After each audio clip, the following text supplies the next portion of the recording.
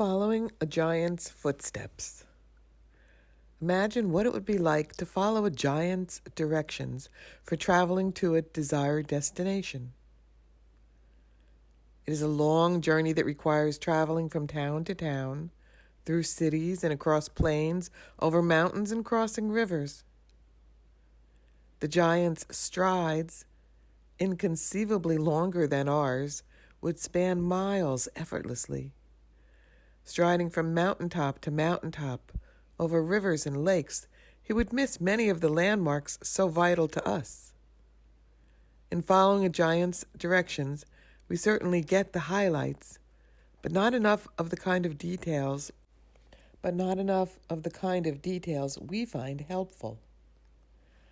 That is why it is like studying the Yoga Sutras of Patanjali. Each sutra is like the footprint of a spiritual giant. We see the imprints, but we can't always see how they get from point A to point B. The biggest question. There are many things we know and many, many more that we would like to know. We would love to find a cure for Alzheimer's, how to prevent war, know if there are planets with intelligent life out there somewhere. But by far, the biggest, most important, most impactful question to answer is, who am I?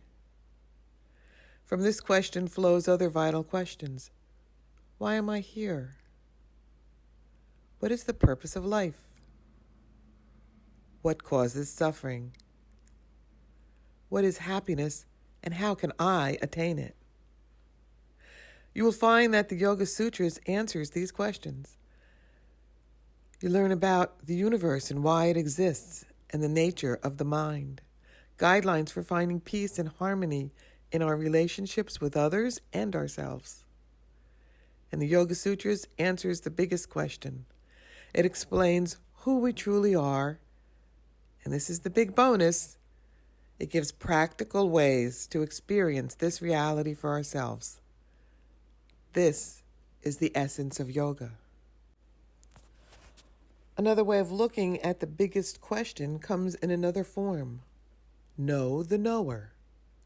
We know things, all kinds of things. But how do we know them?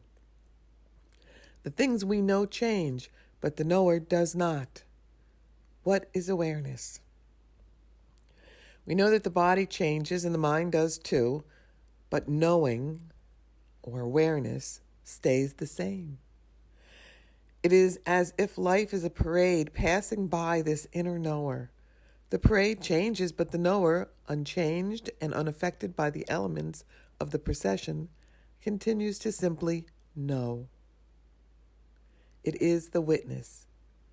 It sees the changes in the natural world. Nature, Prakriti in Sanskrit, is anything and everything that can be perceived. It includes the mind. Who is that knower then?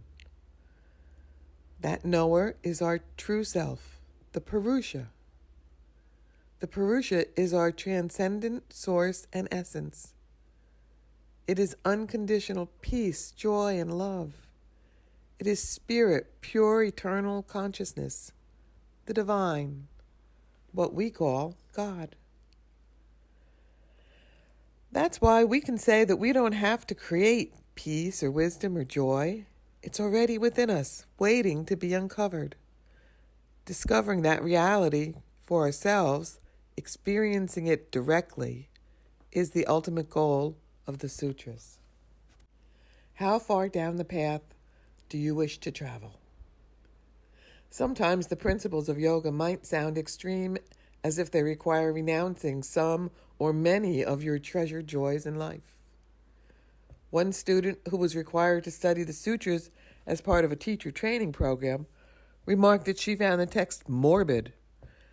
I think that perhaps she was referring to a practice such as non-attachment, which can be misinterpreted as not caring, and to the terse structure of the contents that makes comprehension difficult, even alien at times. No doubt, the teachings and practices of yoga can be life-changing in unexpected ways. Not everyone is in it for the experience of self-realization. That's fine. Take from the sutras whatever resonates with you. The teachings that do not appeal to you or do not fit into your vision of life, put aside. Don't toss them out. They may come in handy later. The principles and practices of yoga are there for you to use according to your own goals. Are you really ready for a change?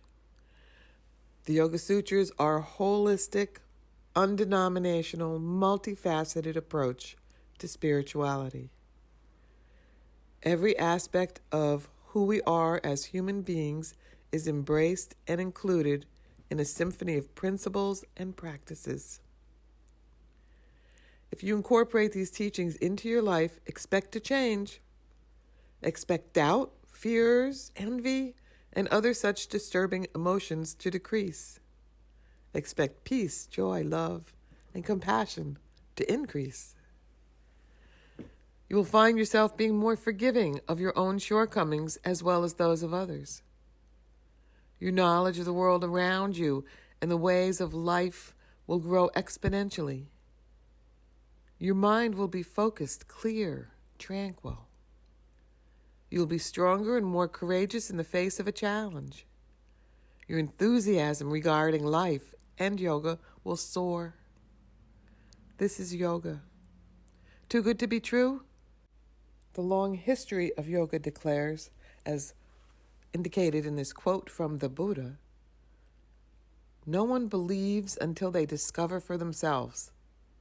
However many holy words you read, however many you speak, what good will they do if you don't act on them? The cosmic drama. We are all, knowingly or unknowingly, part of a cosmic drama. A lifelong journey of hopes and dreams, challenges, struggles, successes, and failures. All of our efforts, our entire lives, the reason we exist is to be happy. Everything we do has happiness as its ultimate goal. All beings look to experience something that will give the mind and heart a deep, unshakable peace and fulfillment. At some point, we may find that the world can't deliver what we seek. That is when they may go within and search for the treasure that's there. The basic elements of the drama are three: spirit, matter, and ignorance. Spirit, there is one ultimate truth. Different words for it are self, Atman, spirit, cosmic consciousness, Purusha, Brahman, God. The nature of this truth is pure, unchanging, eternal, all-pervading consciousness. This also describes our true nature. Second, matter. There is also a universe of matter, Prakriti. Matter is in a constant state of flux. What it can give us in terms of satisfaction and pleasure is therefore limited. What it gives, it ultimately takes away. The material universe is not evil. It is a valued teacher. But because it is constantly changing, the pleasures it gives eventually morphs into the discomfort and ultimate disenchantment of satisfied cravings gone wrong. When desires are not met, or our object of desire grows old, breaks, passes away, or changes in a way we do not like, we experience suffering. And third, ignorance, avidya. Our lack of an abiding fulfillment is not a fault in Mother Nature. It lies with our unrealistic expectations of what she can provide. These expectations are due to our misidentification with, or misperception of, that aspect of nature that is most close to us, our body and mind. We see ourselves as a mind encased in a body, when our essence, our source, is infinite, unchanging spirit, consciousness, peace, or joy. The Game of Thrones. This fundamental misperception is ignorance.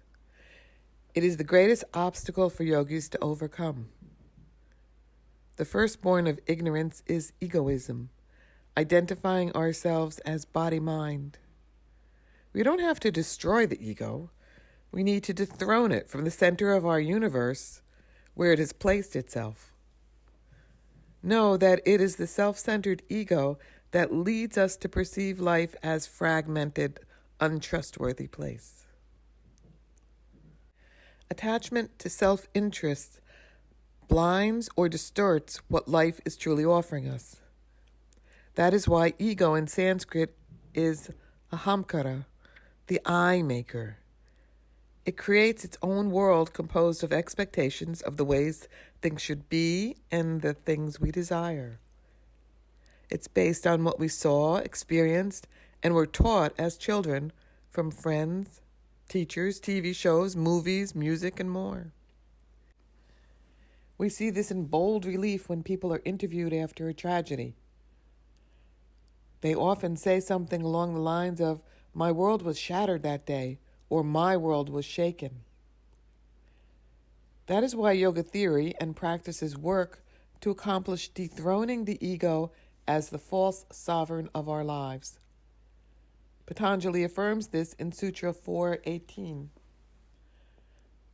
All of the mind's seesaw whirling excursions, vrittis in Sanskrit, all its changes and fluctuations, are always known to the mind's transcendent sovereign, the eternal, changeless consciousness, seer, self, or Purusha. The light of yoga. Yogis seek to awaken who they already are. The world is not condemned. It is not a tangled mess of snares meant to punish us. Life is to be enjoyed. Life is for fun. Yogis are seekers of maximum fun. Experience this is what is called self-realization, enlightenment, and samadhi, or absorption, among other terms.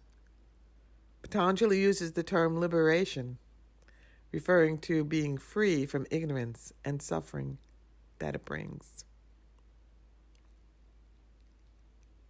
Om Shanti Shanti Shanti.